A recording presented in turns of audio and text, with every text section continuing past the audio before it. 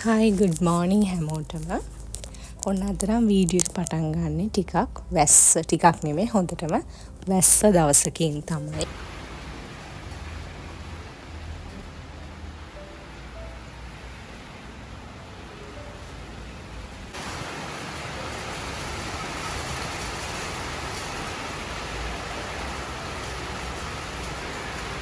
අද උදේම මේ විදිහට ඉතින් වහිනවා හොඳටම. ඉතින් ඔයගොල්ලෝ බලන්නකෝ වීදුරුවෙන් වැස්ස පේන ලස්සන අපේ ගෙදරට.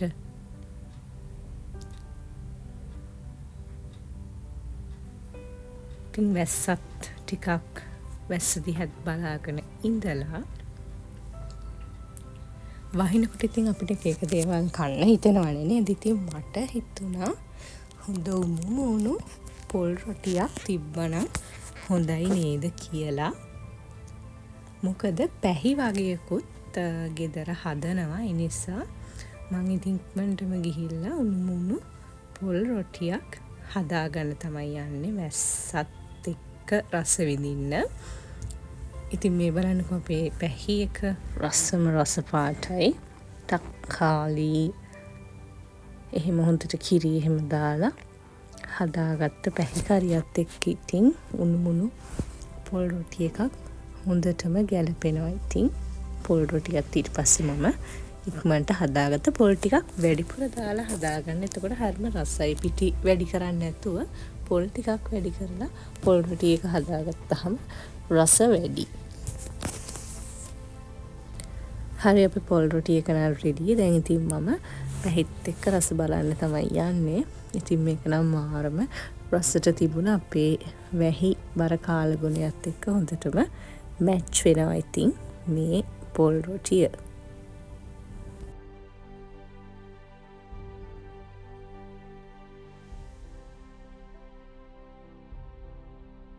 තාම ඉතින් වැස්ස නම් හොඳටම වහිනවා ඔයගලන්ට පේනවනේ ඉතින්. ඉතින් මේ කාලගුණය නම් හරිම හොඳයි ඉතින්. ගෙදර නිවාඩු දවසක් නම් ඉතින් ගොඩක් හොඳයි. ඉතින් ගෙදරට වෙලා එන්ජොයි කරන්න පුළුවන්. තමන් කැමති කෑමක් එහෙම හදාගෙන මේ වැස්ස කාලගුණේ ඉතින් එන්ජොයි කරන්න පුළුවන්.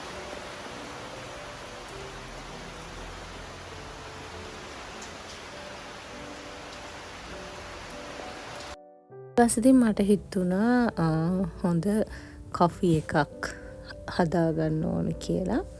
අයිස් කොෆි එකක් මම කෝපි සීනි මේ විදිහට මල් ළඟ මේ බීට් එක තියෙනවනේ ටෙමු එකෙන් ගත්තා. ඉතින් ඒක තමයි දැන් හැමතිස්සෙම පාවිච්චි කරන්නේ. ඉතින් මොන හරි හදනකොට ඉතින් කොෆි සීනි මේ වගේ මික්ස් කරලා ඔයගොල්ලෝ දන්නවා. ඉතින් මේක දැන් වීඩියෝස් වල ගොඩක් වයිරල් යනවානේ. ඉතින් මේක මික්ස් කරලා එකට කිරි දාලා රසට මං කොෆි එකකුත් ඉතින් හදාගත්තා. ඉතින් අපේ කොෆි එක නම් රෙඩි. කොෆි එක රසටම ඉතින් තිබුණා.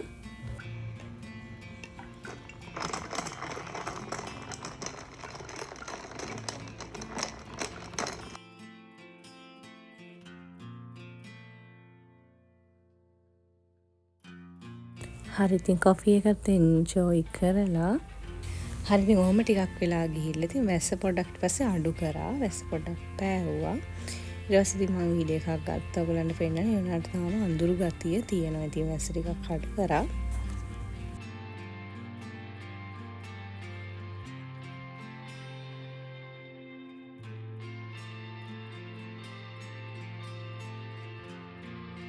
අර හුලගත් එක්කෙන සීත ගතිය තියෙනවා. ඉතින් වැහි දවසක එහෙමනේ වැස්ස පෑවුවට සීත ගතිය අඳුරු ගතිය ඉතින් දවස පුරාම වගේ තියෙනවා.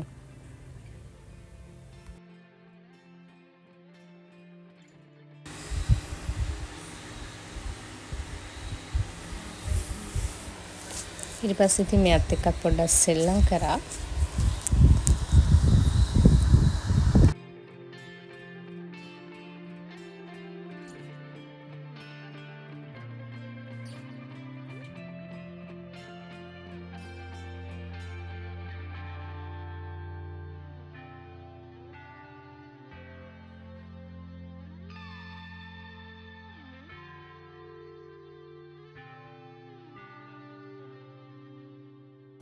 මේ ඉතින් අපේ ගෙදර ඉන්න හාවා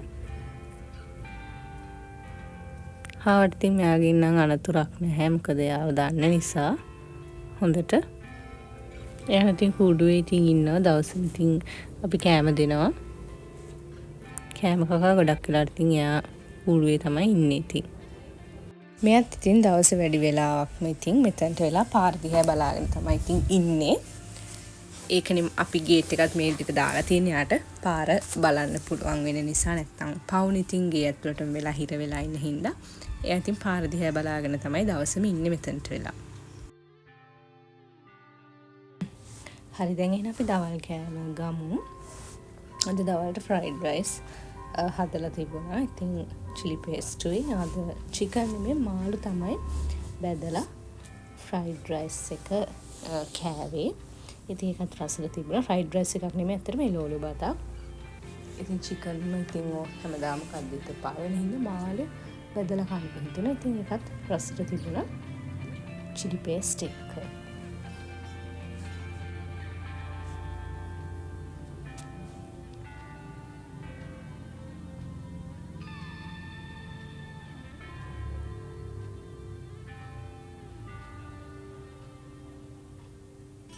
හරි ඉතින් ඊට පස්සේ හවසත් වුණා. ඉතින් හවසත් බලන්න ඔයගලන්ට පේනවා. ඉතින් වැහැලා ලස්සනට පේනවා එළිය. ඉතින් ඊට පස්සේ මම ටිකක් මගේ රූම් එක අස් කරන්න ගියා. මොකද පොඩි වැඩ වගේක් නිසා රූම් එක ජරා වෙලා හැඩි වෙලා තිබුණේ. අද දවස් ඇතුළත තමයි මෙච්චර හැඩි උනේ. ඉතින් මං හිතුවා මල් ළඟ තව ඩෙකරේෂන් වගේක් තියෙනවා රූම් එකට ගෙනාපු. ඒ ටිකත් ඇඩ් කරලාම රූම් එක හොඳට අස් කරගන්න ඕනි කියලා රෙදි ඔක්කොම නම්වලා ඔක්කොම හැඩි වෙලා තියෙන්නේ. ඉතින් ඔක්කොම ටික අලුත් කොට්ටුර දාලා ඉතින් මේ තියෙන්නේ අස් කරාට පස්සේ මගේ රූම් එක. ඉතින් මං ළඟ තිබ්බ ඩෙකරේෂන් වගේක් මේකට මං අයින් කරලා තිබ්බ රූම් එකෙන්. ඉතින් ඒ ටිකත් මං ආයෙ ඇඩ් කරා. මොකද ඔයාලට වීඩියෝ එකකුත් කරන නිසා ඒ ඩෙකරේෂන් ගෙදර කොළ පාටට තියෙන මේ කොළ අතු ඒ ඩෙකරේෂන් ටිකත් ඇඩ් කරලා බිමට දාලා තිබුණ ඒ ෂීට්ස් මම අයින් කරලා තිබුණා. ඉතින් ඒවත් ඇඩ් කරලා ආයෙ මුළු රූම් එකම මම අස් කරා. ඔයාලට පෙන්නන්නත් එක්කම.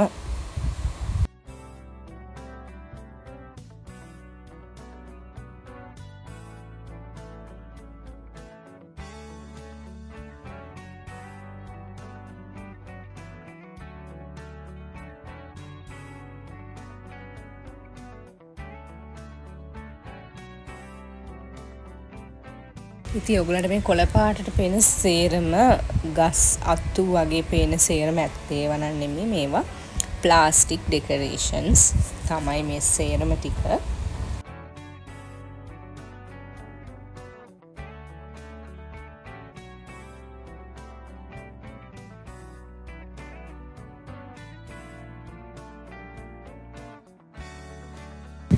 ඊට පස්සේ රෑට මම ක්‍රීමි චීස් පෙස්ට් එකක් හදන්න යන්නේ ඉස්සරසක් වැඩිපුර එන විදියට. ඉතින් මේක හරිම ලේසි. මම වීඩියෝ එකක් කලින් මේකට විතරක් මේ දාලා තියෙනවා. ඔයගලන්ට සම්පූර්ණයෙන් විස්තරාත්මකව බලන්න ඕන නම් ඒ වීඩියෝ එක බලන්න.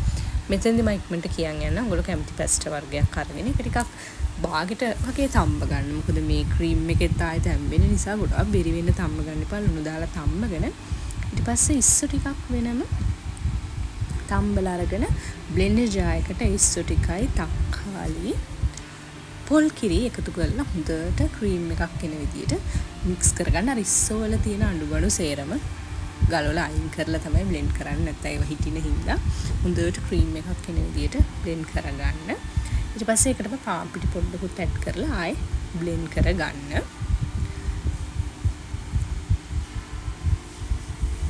අර ඉස්සෝ හොඳටම බ්ලෙන්ඩ් වෙනකම් බ්ලෙන්ඩ් කරගන්න. ඊට පස්සේ ඔයගොල්ලෝ පැස්ට් එක හදන භාෂණය අරගෙන පැස්ට් එක බාගෙට තම්බ ගන්න අනිවාර්යෙන්. නැත්නම් මේක අර බිරි වුණොත් හරි නැහැ. මොකද මේකෙත් ආයෙ තැම්බෙන හින්දා අපේ ක්‍රීම් එක මේකට ඇඩ් කරලා මේකට ඕනනම් චීස් කැලි දෙකක් විතර ඇඩ් කරගන්න. එතකොට තව රස වැඩි. ඊට පස්සේ ගම්මිරිස් විතරක් ඇඩ් කරන්න. මිදිස් කැලි මිදිස් එකකුත් ඇඩ් කරන්න එපා. ගම්මිරිස් විතරක් ඇඩ් කරලා මේක හොඳට උතුරනකොට ලිප නිමලා පැස්ටා ටික දාලා ගන්න. මේක උණුවෙන්ම කන්න ඕනේ. හැබැයි අර නිවිලා කෑවොත් නම් ඇත්තටම රස නැහැ. මොකද අර ක්‍රීමි ගතිය ගිහිල්ලා නිකන් හයි වෙලා එන්න බලනවා. උණුවෙන්ම හදපු ගමන් කන්න මේක හදනවා නම්. ඉතින් විස්තරාත්මක වීඩියෝ එක කලින් මම දාලා තිනවා. ඒක බලන්න. මම මෙතනදී ඔයගොල්ලන්ට ගොඩාක් කෙටියෙන් තමයි කිව්වේ.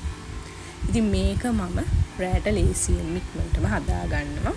ඉස්සු රසට ගොඩාක් කැමති අයට ඉස්සු මේ විදිහට ඇඩ් කරලා ගන්න පුළුවන්. මේක මාරම රසයි.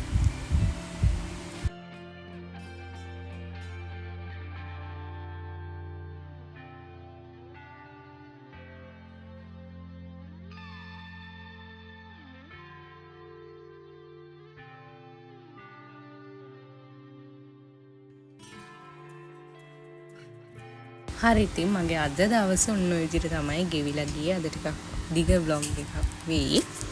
ඉතින් මම හිතනවා ඔයගොල්ලෝ enjoy කරන්න ඇති කියලා vlog එක. ඉතින් ආයෙත් ලස්සන vlog එකක් අරගෙන එන්නම්. එහෙනම් වීඩියෝ එක බලපු හැමෝටම bye bye.